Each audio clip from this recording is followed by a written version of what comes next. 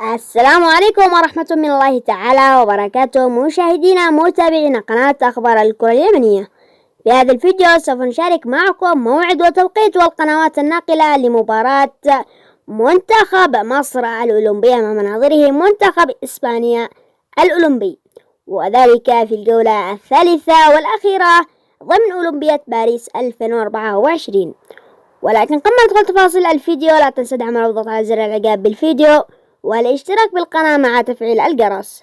سوف تلعب المباراة في تاريخ 30 من شهر يوليو يوم الثلاثاء، وذلك في تمام الساعة 4 عصرا بتوقيت مكة المكرمة واليمن، والساعة 3 عصرا بتوقيت القاهرة. وأما القنوات الناقلة فسوف تنقل قنوات بين سبورتس القطرية المشفرة وأون تايم المصرية.